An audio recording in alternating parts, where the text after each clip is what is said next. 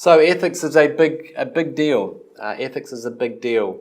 And the ethical issues that you face will depend on where you are working. It will depend on your institution that you come from. Different institutions have different ethical requirements, and it will depend on the research methods that you're using, the type of informants that you're working with. For example, are you working with children? Are you working with adults?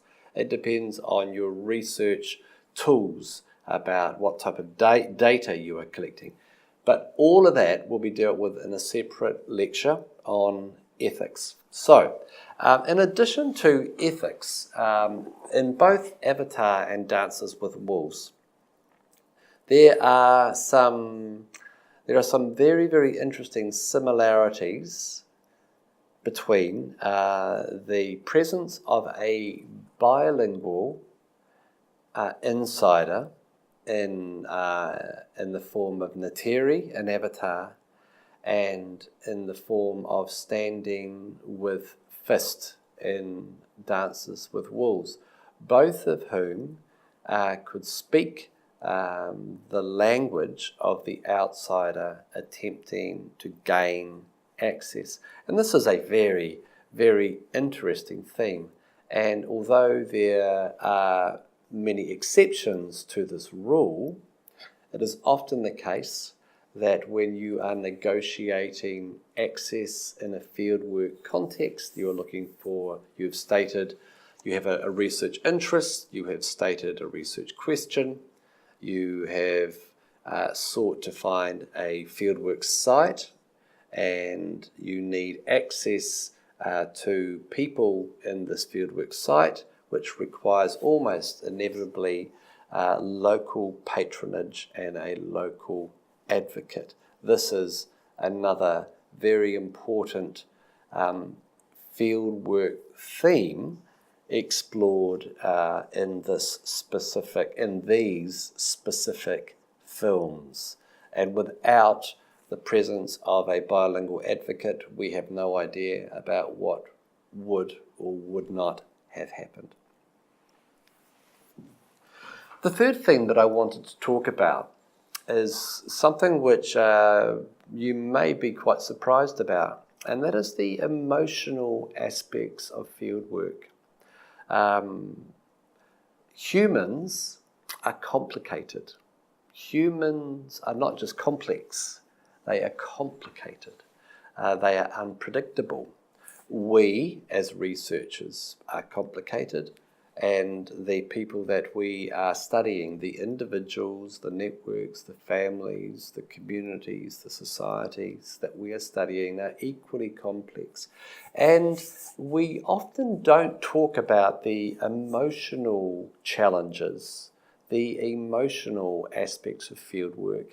And in a sense, this is one of the things that make a specifically ethnographic approach to studying societies and cultures are different from other forms of scientific and academic research, scholarly research. We often underestimate the importance of time in getting over these emotional humps, or getting out of these emotional dips. We often turn up to a new place. We may be living with a local family. We've never lived with a family other than our own before. We may be living in a place which is not as comfortable or as clean as we have enjoyed. We may not have privacy. We might not be able to speak the language. We might not be able to get access to the food that we enjoy. Our daily rhythms are different. And it is often the case that this sends us into a bit of a emotional downward spiral. And some of these problems are encountered in the first days and weeks. And we need to remember that one must take time. Almost everyone, not everyone, but almost everyone must take time to adjust and to get to a steady, even emotional equilibrium. And so in both of these films, there was an arc, there was a time scale, and initially difficulties were encountered, but most, not all, of those dynamics and those difficulties were resolved with time. This may be a word that you are not familiar with: tenacity, perseverance, a desire to just keep doing something even though you know it is hard, to really, really try and persevere, not in just the short term, but in the long term. And we're going to be talking about fieldwork in all sorts of ways, including talking about tools and skills, very, very basic kind of like hands-on, what this does, what that does, why we need this, if you are doing fieldwork the way that I do. But in addition to talking about tools, I think it's really important that we just flag the fact that fieldwork is an emotional exercise, and as an emotional exercise we need to take time and we need to have tenacity.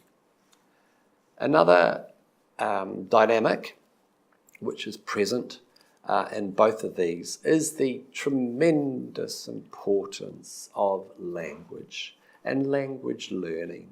And it is possible that you are a Thai and that you are interested in studying some aspect of Thai society, and there is no language barrier. It's possible that there are language barriers that you are unfamiliar with. You may be studying a bilingual community who speak Central Thai because they're Thai citizens, have gone to Thai school, but they speak their own local dialect, a regional variation of Thai. It may be Kamwung, it may be Lao, maybe the Pasar Lao, it may be Pasar Thai, it may be Malay, it may be Khmer, and that you are unaware of the fact that these people are bilingual, and it may be that you have never learned another language or even dialect. But language learning is something that for most people takes time, and there are enormous advantages of operating without interpreters, and that learning local languages is a skill, but it is a skill that has an emotional drain and takes time and tenacity. The issue of language dynamics were both explored in Dances with Wolves and in Avatar, but particularly with Dances with Wolves, because we see John Dunbar becoming comfortably bilingual to the point where when he's captured by his fellow Europeans, he refuses to speak English with them. And so, but the other thing, and we're going to be talking about this, we're going to be talking about ethics a lot, and we're going to be talking about fieldworks a lot, but we're going to, in both of these books, these movies, the task of keeping field notes, of writing field notes, is done by both Jake and John Dunbar in very different ways. John Dunbar, as we know, he writes in a journal. He writes with a pen and a paper, good old-fashioned, and he sits down and he writes his daily reflection. Now remember, he doesn't have a lot of things to do. When he initially came, he was responsible for an army outpost. He didn't have many things to do with his time, and he had a lot of time for writing and reflecting the observations and the everyday goings on. And this is his way of keeping field notes. And Jake Sully did not use pen and paper as far as we know, but instead he was forced to take something which looks something like this, a video. In fact, it was on his camera. It was on a computer. He had to log on to a computer in the scientific base, and he had to record on camera all of his impressions and his interactions. And if I had the time, I could open up the webcam feature on this computer, and you could see me doing that. And in fact, we will do a bit of an exercise a bit later on. But this is another very, very interesting insight into the task of fieldwork through the window of films. Okay, so let's just keep moving on. I'm wanting to just take the time to particularly point you in the direction of a number of books. Now, you do not have to read all of these books. I want you to be aware of some of the books that have been made available to you as part of this course, that have been curated by this course. And you will see here that I've got a link to the Google Drive. And so if I click on this, you will see, let me just shut these down. You'll see that on the Google Drive that you will see this book here. You are able to download it. You are able to open it in Google Docs. There are a number of other things that you can do. Ethnographic fieldwork, and let's just go down, a beginner's guide. Okay, and so here are some of the themes: an introduction to ethnography, prior to the field, in the field, after the field. Another book that I'd like you to take the time to look at is by Crawford, Encountering Morocco. Another one written, co-edited by a very, very important person, George Marcus, who wrote the very important book, Writing Culture. Let me just go to full screen here. And Fieldwork is not what it used to be, learning anthropology's method in a time of transition. And this is an edited volume where there are contributions by a number of anthropologists. And these explore a number of aspects of this thing called fieldwork. And some of the chapters are very, very interesting indeed. Doing fieldwork, ethnographic methods for research in developing countries and beyond. The shadow side of fieldwork, exploring the blurred boundaries between ethnography and life. And another book which I've enjoyed reading very much, Doing Fieldwork. And let's just have a look at this. We'll just let it load. This has got some very, very interesting articles. And I'll take you down to the table of contents.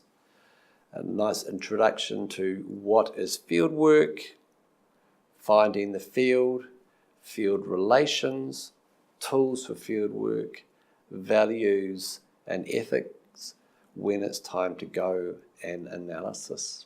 Okay, so this has been our introduction, my introduction to fieldwork. I hope that you've enjoyed this, and stay tuned for more on this aspect of ethnographic research methodology. Thanks again. Bye for now.